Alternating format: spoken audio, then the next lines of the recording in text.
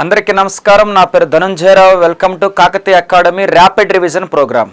So mental ఎబిలిటీలో మనం rapid revision ప్రోగ్రాంలో ఉన్నాం. ఇప్పటికే ఆల్రెడీ మీకు తెలుసు 2 టాపిక్స్ కంప్లీట్ చేసేసాం 2 వీడియోస్లో. సో ర్యాపిడ్ రివిజన్లో భాగంగా 3rd టాపిక్ స్టార్ట్ చేస్తున్నా. ఇది మనకి లాజికల్ రీజనింగ్లో ఒక టాపిక్ పేరు అనమాట. టాపిక్ నేమ్ వచ్చేసరికి కోర్స్ ఆఫ్ యాక్షన్. సో అసలు కోర్స్ ఆఫ్ యాక్షన్ అంటే ఏంటి? కోర్స్ ఆఫ్ యాక్షన్ అంటే మన కళ్ళ ముందు ఏదైనా ఒక సన్నివేశం లేదా ఒక ఇన్సిడెంట్, ఒక ఇష్యూ జరిగింది అనుకోండి, జరిగిన వెంటనే నువ్వు ఎలా రియాక్ట్ అవుతావు అనేదే కోర్స్ ఆఫ్ యాక్షన్.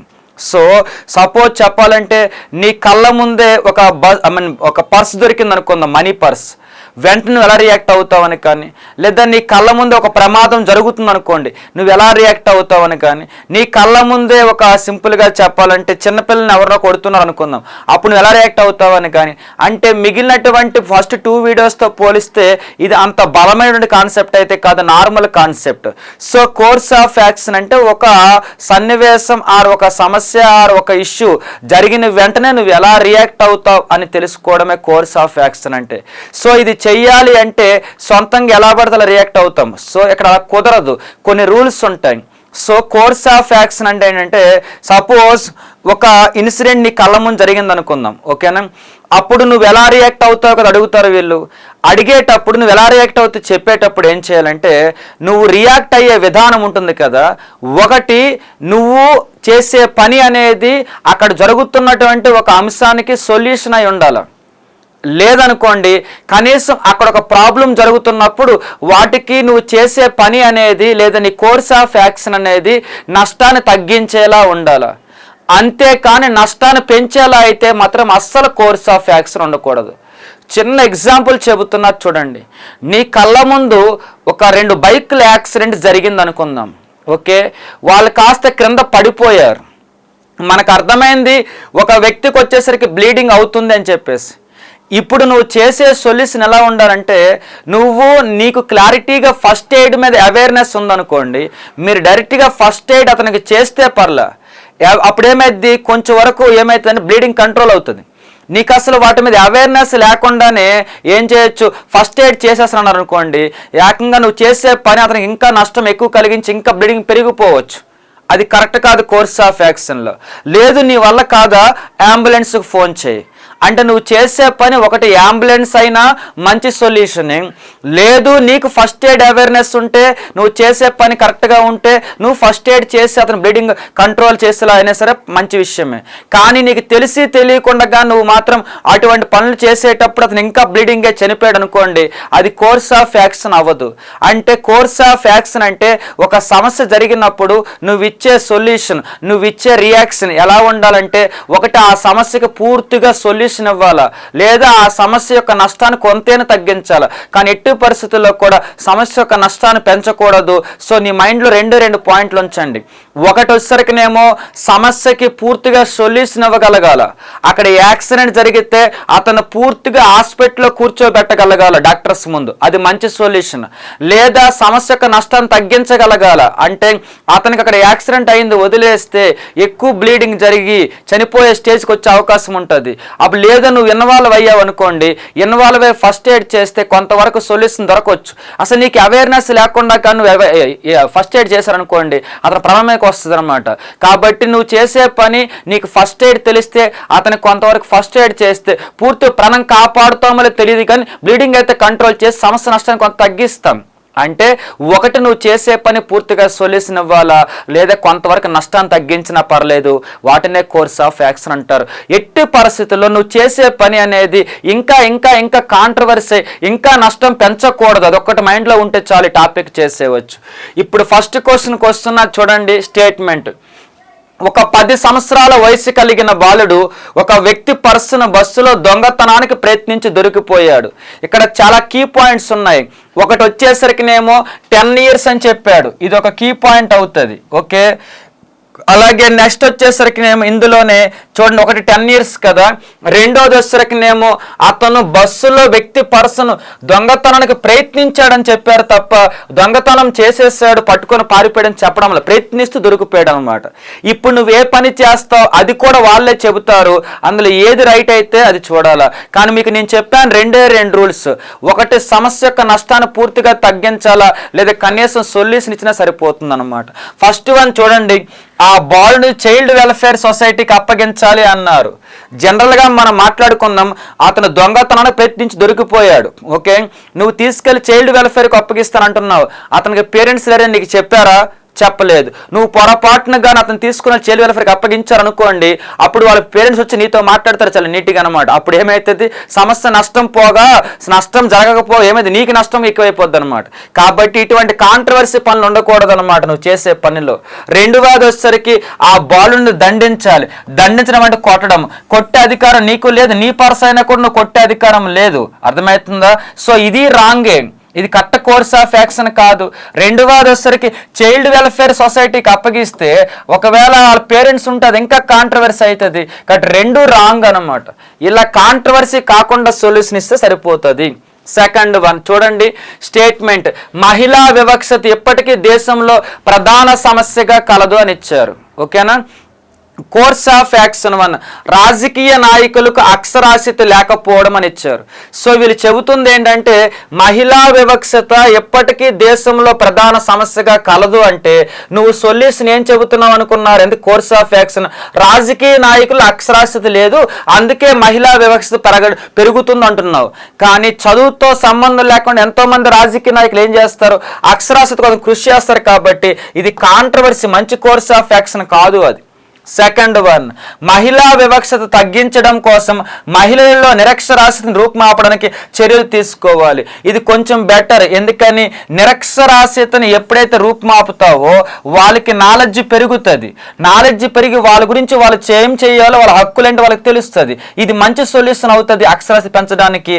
కాబట్టి ఇది one of the best course of action. నువ్వు ఇచ్చే ఈ సలహా అనేది కాంట్రవర్సీ అవుతుంది. ఈ సలహా చాలా బాగుంది కాబట్టి ఇది కరెక్ట్ కోర్స్ ఆఫ్ యాక్షన్ అన్నమాట.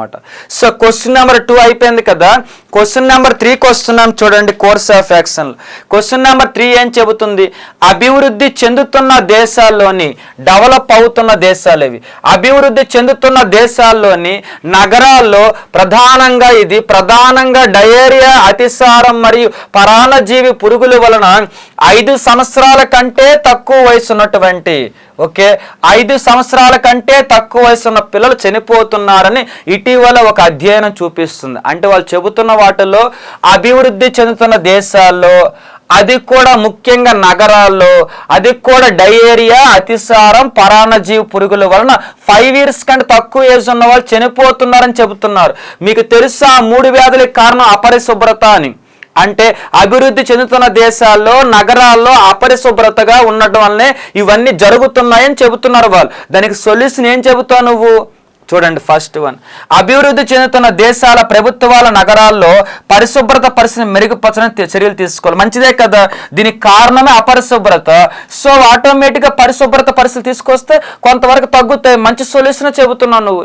Second one, course of action 2, అభివృద్ధి చెందుతున్న దేశాల్లోని నగరాల్లో 5 సంవత్సరాల లోపు పిల్లలకు నిరంతరం మందులు అందించడం అవసరం.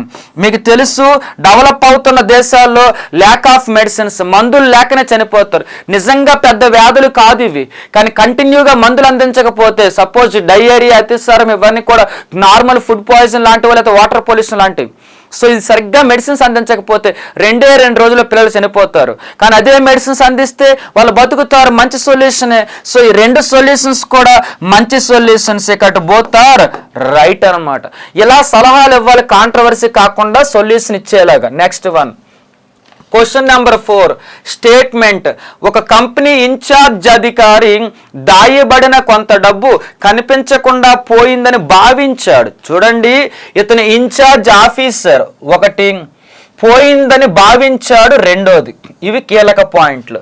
కోర్స్ ఆఫ్ యాక్షన్ 1, అతని సిబ్బంది సహాయంతో తిరిగి లెక్కించాలి మరియు బ్యాలెన్స్ షీట్ తనిఖీ చేయాలని ఇచ్చారు. మీరు ఇక్కడ చూస్తే వాళ్ళు చెబుతున్న వాటి ప్రకారం ఏంటంటే పోయిందని భావించి నిజంగా పోలా, అతను సరిగ్గా కౌంటింగ్ చేయకపోవడం వల్ల వేటి వల్ల పోయిందని భావించాడు. నువ్వు సలహా ఏమిస్తున్నావు? అతని సిబ్బంది సహాయంతో మరలా లెక్కించిన ఒకవేళ కరెక్ట్ వస్తుందేమో. అసలు బ్యాలెన్స్ షీట్ అని తెలుసు కదా, ఎంత ఇన్కమ్ ఏం జరిగిందనేది, అది తనిఖీ చేసిన క్లారిటీ వస్తుందేమో. దీని ద్వారా వచ్చే నష్టం లేదు కదా, కాబట్టి మంచి సొల్యూషనే. రెండవది, అతను పోలీసులకి తెలియచేయాలి. చూసుకోండి, ఒక కంపెనీలో జరుగుతున్న మ్యాటర్ నిజంగా పోలేదు, అది పోయిందని భావించాడు, చెక్ చేసుకుంటూ అయిపోద్ది. పోలీసులు తెలియచేస్తే ఇప్పుడు ఆ కంపెనీ దగ్గరికి వచ్చి అందరి ఎంప్లాయీస్ మీద నీకు డౌట్ ఉందా అంటే తర్వాత కంపెనీ రిలేషన్స్ పోతాయి, కాంట్రవర్సీ అవుతుంది అది. కాబట్టి ఇది కరెక్ట్ కాదనమాట. కాబట్టి ఇది రైట్ అవుతుంది, మంచి సొల్యూషన్. సో ఈ క్వశ్చన్కి answer first one. Question number 5కి వస్తున్నాం మనం. తమ సహ ఉద్యోగులలో 2 ఎయిర్లైన్స్ మేనేజ్మెంట్ తొలగించినందుకు నిరసనగా పైలట్లు తమ విధుల్లో చేరడానికి నిరాకరించడంతో వరుసగా 4వ రోజు ప్రైవేట్ ఎయిర్లైన్స్, ఇది కీ పాయింట్, ప్రైవేట్ ఎయిర్లైన్స్ కంపెనీకి చెందిన దాదాపు 90 విమానాలు రద్దు చేయబడ్డాయి. ఇదంతా ప్రైవేట్ ఎయిర్లైన్స్ గురించి మర్చిపోవద్దు. ఎవరో ఎంప్లాయీస్ని కాస్త మేనేజ్మెంట్ అంటే తీసేస్తుందంటే 2ని, వాళ్ళు తిరిగి తీసుకోమని చెప్పేసి స్టోరీ అంతా రన్ అవుతుంది private airlines. Course of action 1 చూడండి ఒకసారి. సంక్షోభానికి ముగింపు పలకడానికి తొలగించిన పైలట్ని వెంటనే తిరిగి విధుల్లోకి తీసుకోవాలని ఎయిర్లైన్స్ కంపెనీ యాజమాన్యాన్ని ప్రభుత్వం ఆదేశించాలి. ప్రైవేటు ఎయిర్లైన్స్కి ప్రభుత్వం ఆర్డర్స్ ఎందుకు ఇస్తుంది? ఎందుకంటే ఆ ఇన్వెస్ట్మెంటు, ఆ డబ్బులు అన్నీ గవర్నమెంట్ కాదు, ప్రైవేట్ వాళ్ళు కదా. ప్రైవేట్ వాళ్ళు ఎయిర్లైన్స్ అయితే గవర్నమెంట్కి అధికారం ఎక్కడ ఉంటుంది? గవర్నమెంట్ సలహాలు ఇస్తుందేమో కానీ ఆర్డర్లు వేయలేదు ప్రైవేట్ వాళ్ళ మీద. ఎగ్జాంపుల్, వాళ్ళు ఇన్వెస్ట్ చేసుకొని వాళ్ళు ఏదో కారు కొనుక్కుంటే గవర్నమెంట్ ఎందుకు ఆర్డర్లు వేయగలుగుతుంది?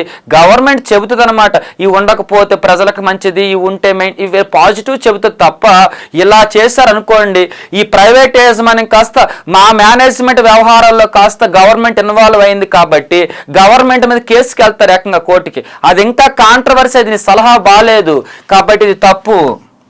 సెకండ్ వన్, నిస్సహాయ ప్రయాణికులను ఆదుకునేందుకు యాజమాన్యం మరియు పైలట్ల మధ్య ప్రతిస్తంభన తొలగించడానికి ప్రభుత్వం వెంటనే చర్యలు తీసుకోవాలా? సో ఇది కొంత బెటర్. ఇద్దరి మధ్య కూడా అండర్స్టాండింగ్ లేదు కాబట్టి ఇద్దరిని కూర్చోబెట్టో రాజీ చేసో మొత్తానికి ఏదో ఒక చర్య తీసుకుంటే బెటర్ తప్ప ఆర్డర్ వేయడం అనేది కరెక్ట్ కాదు, కాంట్రవర్సీ అవుతుంది.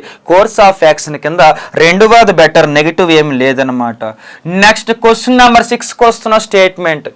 ప్రతి సంవత్సరం వేసవిలో నీరు కలుషితం కావడం కారణంగా చాలా పెద్ద సంఖ్యలో మరణాలు సంభవిస్తున్నాయి. ఓకేనా? ఇది ఫస్ట్ వన్ చెబుతున్నారు స్టోరీ చూడండి. ప్రతి సంవత్సరం అదే జరుగుతుందంట. నీరు కలుషితం కావడం వలన ఏమైతే చాలా పెద్ద సంఖ్యలో మరణాలు సంభవిస్తున్నాయని చెప్పారు. కోర్స్ ఆఫ్ యాక్షన్ 1 చూద్దాం. ప్రభుత్వం ప్రజలందరికీ శుభ్రమైన స్వచ్ఛమైన నీటిని అందించేటకు తగు చర్యలు తీసుకోవాలా?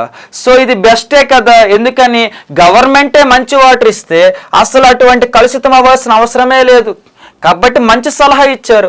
రెండవది, ప్రజలందరికీ కలుషిత నీరు తాగుట వల్ల కలుగు వ్యాధుల గురించి తెలియచెప్పాలి.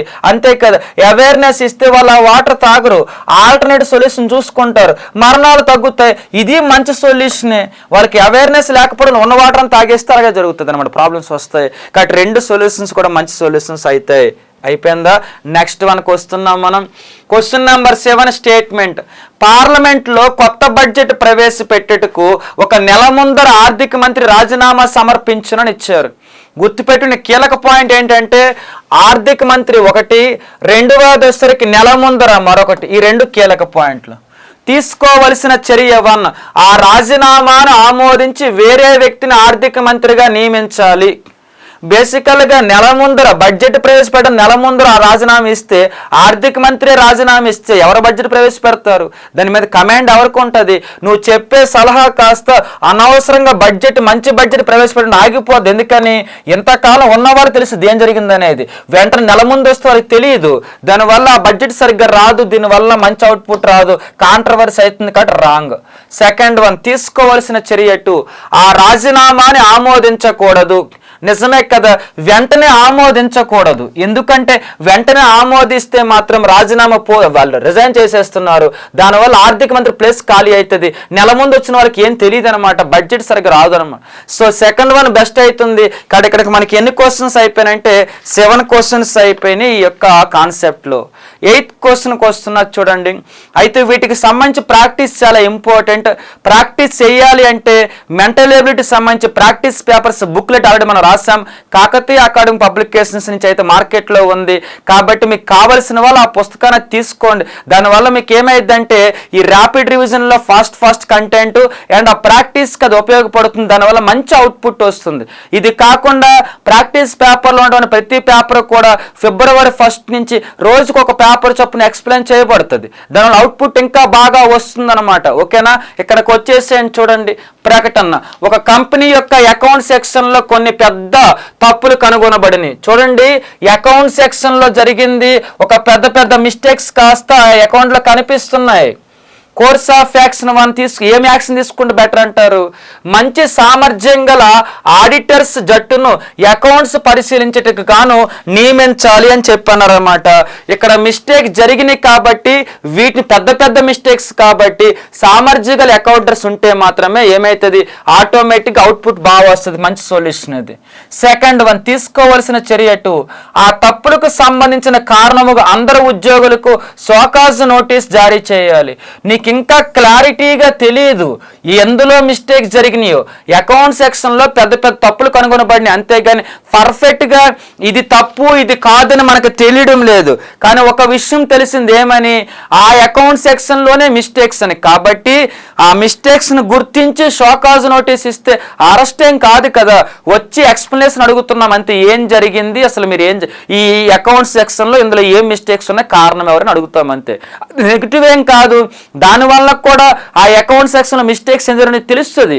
కాబట్టి ఇది కూడా మంచి అవుట్పుట్ వస్తుంది. రెండు కూడా రైటే. Next one, question number 9 statement. ఆహారం తీసుకున్న తర్వాత వసతి గృహంలో ఉండే చాలా మంది విద్యార్థులు అనారోగ్యానికి గురయ్యారు. గుర్తుపెట్టుకోండి, వసతి గృహంలో ఉండే వాళ్ళు ఫుడ్ తీసుకున్నాక అనారోగ్యానికి గురయ్యారట. వారు తీసుకున్న ఆహారం కలుషితమైందని చెప్పేసి గుర్తించారు. ఓకే, ఇప్పుడు చూద్దాం ఏం చేస్తే బెటర్. ఫస్ట్ వన్, క్యాంటీన్ తక్షణమే మూసివేయాలి. క్యాంటీన్ మూసివేస్తే ఏమొస్తుంది, ఫుడ్ చేయడం మానేస్తే సొల్యూషన్ ఉంటుంది. కానీ క్యాంటీన్ మూసేస్తే కాదు కదా, అసలు అక్కడ జరిగిన మిస్టేక్కి సొల్యూషన్ ఏంటో చూడాలి. అంతేకాని మూసేస్తే మిగిలిన వాళ్ళు తర్వాత నుంచి ఫుడ్ ఎలా తింటారు వాళ్ళు? అంటే నువ్వు ఏకంగా కోర్స్ ఆఫ్ యాక్షన్ సలహా ఇవ్వమంటే ఫుడ్ లేకపోయినా పర్లేదు ముందు మూసేద్దాం అంటున్నా, అది కరెక్ట్ సొల్యూషన్ కాదు. సెకండ్ వన్, తీసుకోవాల్సిన చర్య 2, ప్రిన్సిపల్ ఇతర అధికారులను తక్షణమే తాత్కాలికంగా తొలగించాలి. చూడండి, పూర్తిగా తొలగిస్తే సొల్యూషన్ ఉండదు. కాకపోతే వీళ్ళ వల్లనే కొంతవరకు ఇది జరిగింది కాబట్టి, ఈ మెయిన్ వీళ్ళే కాబట్టి, అది కూడా వసతి గృహం కదా.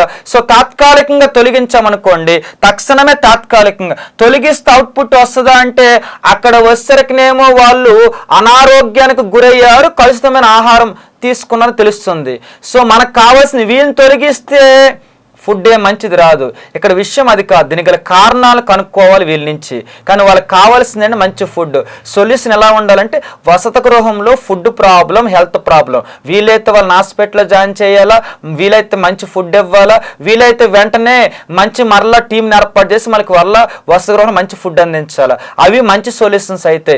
ఇవన్నీ కాంట్రవర్సీ, తీసేస్తే ఒక గొడవ, తీసేపోతే ఒక గొడవ, ఇవి మనకు అనవసరం కూడా. అందుకే రెండు రాంగ్ తీసేస్తాం మనం. నెక్స్ట్ వన్, క్వశ్చన్ నెంబర్ 10 చూడండి. ఓకే, క్వశ్చన్ నెంబర్ 10 చూద్దాం మనం. ప్రకటన, ఇటీవల కాలంలో ఇంటర్నెట్ హ్యాకింగ్ కారణంగా నెట్ ఉపయోగించే వారు ఎక్కువ సమస్యలు ఎదుర్కొంటున్నట్టు అనేక సంఘటనలు రుజువు చేస్తున్నాయి. ఎవరైతే ఇంటర్నెట్ వాడుతున్నారో వాళ్ళు ముఖ్యంగా ఏమవుతుందంటే హ్యాకింగ్ సంబంధించి ఎక్కువ సమస్యలు ఎదుర్కొంటున్నారని తెలుస్తుంది.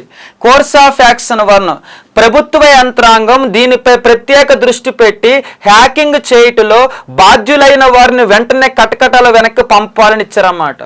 చూడండి ఇది మంచి సొల్యూషనా కాదంటే కాంట్రవర్సీ ఏం లేదు, వీళ్ళ వల్లనే ఇక జరుగుతుందంతా కూడా. సో వీళ్ళు అరెస్ట్ చేయడం వచ్చే లాస్ ఏం లేదు, దానికి అడ్డు చెప్పేవారు ఎవరు ఉండరు. సెకండ్ వన్, హ్యాకింగ్ చేసేవారు దొరికే వరకు ప్రజలు ఇంటర్నెట్ వాడకుండా ఉండడమే బేలు చెప్తున్నారు అనమాట. సో దీన్ని బట్టి మనం అర్థం చేసుకోవచ్చు, వీళ్ళు ఇంకా హ్యాకింగ్ చేస్తూనే ఉంటారు కాబట్టి మీరు వాడితే మరలా హ్యాకింగ్ గురవుతారు కాబట్టి ఇది వద్దు వాడొద్దు అని చెప్తున్నారు. ఇది కూడా మంచి సొల్యూషనే. కాబట్టి రెండు కాంట్రవర్సీ లేవు, మంచి సొల్యూషన్స్ అవుతున్నాయి. ఇక్కడ బోత్ ఆర్ రైట్ అవుతున్నాయి. 10th క్వశ్చన్ కూడా కంప్లీట్. 11th క్వశ్చన్కి వస్తున్నాం కోర్స్ ఆఫ్ యాక్షన్లో. చూడండి స్టేట్మెంట్, వివిధ శాఖలకు చెందిన ప్రధాన సమస్యలను పరిష్కరించేటకు కోర్టులు చాలా కాలం తీసుకుంటున్నాయి. కోర్టులు వాడు చెబుతుంది చూడండి, వివిధ శాఖల్లో డిఫరెంట్ డిపార్ట్మెంట్స్ గురించి మాట్లాడుతున్నారు, ప్రజల గురించి కాదు. అర్థమవుతుంది కదా, అది కీలక పాయింట్. కోర్టులు అయితే టైం తీసుకుంటున్నాయి ఆ సమస్యలకు సొల్యూషన్ చెప్పడానికి. మరి డిపార్ట్మెంటల్ ఇష్యూస్ కదా, అవుట్పుట్ ఏమొస్తుందో చూద్దాం. మీరు సొల్యూషన్ ఏం చెబుతారు? కోర్స్ ఆఫ్ యాక్షన్ 1, పరిష్కారాలను వేగవంతం చేయాలని కోర్టును ఆదేశించాలని ఇచ్చారన్నమాట. బేసికల్గా నార్మల్ అంశాలకైతే కోర్టును ఆదేశించలేం, డిపార్ట్మెంటల్ ఇష్యూస్ కాబట్టి కొంచెం త్వరగా వాటిని కంప్లీట్ చేస్తే బెటర్ కదని చెప్పేసి అడగొచ్చు మనం. కాబట్టి ఇది ఓకే, ఎందుకంటే డిపార్ట్మెంటల్ ఇష్యూ కాబట్టి. సెకండ్ వన్, ఏ శాఖకు చెందిన వివాదాలను ఆ శాఖలో అధికారులు పరిష్కరించుకునే విధంగా వారికి ప్రత్యేక అధికారులు ఇవ్వాలి. నిజమే కదా, ఆ డిపార్ట్మెంటల్ ఇష్యూస్ వాళ్ళే పరిష్కరించుకుంటే అక్కడ దాకా రావు, దానివల్ల కోర్టులు టైం వేస్ట్ అవ్వదు. సో రెండు మంచి సొల్యూషన్సే, వీటి కోసమే రాజ్యాంగం క్యాట్లు ఏర్పాటు చేసింది కాబట్టి రెండు మంచివే. సో రెండు అయిపోతే next one, question number 12 statement, యూనియన్లో యాక్టివ్గా పనిచేసే ఎక్స్ అను మెంబర్ తన చెడు ప్రవర్తనతో పై అధికారులు తరచూ ఎక్స్ అవమానపరుస్తున్నాడు. చూడండి యూనియన్లో యాక్టివ్గా ఉండే పర్సన్ ఇతను తన యొక్క బ్యాడ్ బిహేవియర్తో ఏం చేస్తున్నాడు, తరచూ వచ్చరికినేమో అధికారులను అవమానపరుస్తున్నాడు. చూడండి ఇక్కడ తీసుకోవాల్సిన చర్య 1, క్రింద డిపార్ట్మెంట్కి అతను ట్రాన్స్ఫర్ చేయాలి. అతని క్యారెక్టర్ మారాలి కానీ డిపార్ట్మెంట్ మారితే వచ్చే లాస్ ఏం లేదు, ఎందుకంటే అతని క్యారెక్టర్ వల్ల అలా బిహేవ్ చేస్తున్నాడు. దానికి మీరు సొల్యూషన్ చెప్పాలి కానీ అతను కింద డిపార్ట్మెంట్ పంపించి అక్కడ అలాగే బిహేవ్ చేస్తాడు. సో మంచి సొల్యూషన్ కాదు. సెకండ్ వన్, ఈ విషయాన్ని యూనియన్ దృష్టికి తీసుకెళ్ళాలి. సో బేసికల్గా ఇది కొంతవరకు సొల్యూషన్ ఇస్తుంది, ఎందుకంటే యూనియన్లో మెంబర్ కాబట్టి యూనియన్ దృష్టికి తీసుకెళ్లారనుకోండి, వాళ్ళు ఆటోమేటిక్గా ఏం చేస్తారు, ఇతనికి యూనియన్లో పదవి తీసేయడమో ఇంకేదో చేస్తారన్నమాట. కాబట్టి ఇది కొంతవరకు మంచిదే, సొల్యూషన్ ఇస్తుంది. స్టేట్మెంట్ 13th క్వశ్చన్, అభివృద్ధి చెందుతున్న దేశాల నగరాల్లో 5 సంవత్సరాల్లో పిల్లలకు, ఇందాక చెప్పాను ఈ డయారీ గురించి మీకు. సో క్వశ్చన్ రిపిటేషన్ అయింది కాబట్టి నెక్స్ట్కి వెళ్తున్నాను నేను. క్వశ్చన్ నెంబర్ 14, ఎక్స్ నగరంలో ఏటా జరిగే మత సంబంధమైన కార్యక్రమాలు. మత సంబంధమైన కార్యక్రమంలో పాల్గొన్న వారి మధ్య జరిగిన తొక్కిసలాటలో సుమారు 700 మంది మరణించారు, గుర్తుపెట్టుకోండి. తర్వాత ఎక్స్ నగరంలో జరిగిందంట స్టోరీ అంతా కూడా. ఏటా జరిగే మతోత్సవాలు చెబుతున్నారు. ఫస్ట్ వన్, భవిష్యత్తులో ఎవరు ఎక్స్ నగరాన్ని సందర్శించరాదు. ఇది కాంట్రవర్సీ కదా, జరిగింది ప్రతి సంవత్సరాలు జరుగుతుందని చెప్పలా, తొక్కిసలాట్లో జరిగింది అన్నారు. నెక్స్ట్ టైం బెటర్గా అలా జరగకుండా చూసుకుంటే సరిపోతుంది కదా, లేదా ఇలా జరిగిందని చెప్పాడు ఇప్పుడు జరుగుతుందని చెప్పలేదు కదా, వాళ్ళు కాపాడడానికి ఆడు చెప్పేశాడు ఎంతమంది చనిపోయారో కూడా. ఇప్పుడు మనం ఏం చేయలేము, వాళ్ళు ప్రాణాపాయ స్థితిలో ఉంటే హాస్పిటల్ తీసుకెళ్ళి మంచి కోర్స్ ఆఫ్ యాక్షన్, వాళ్ళు చనిపోతే మనం ఏం చేస్తాం కదా.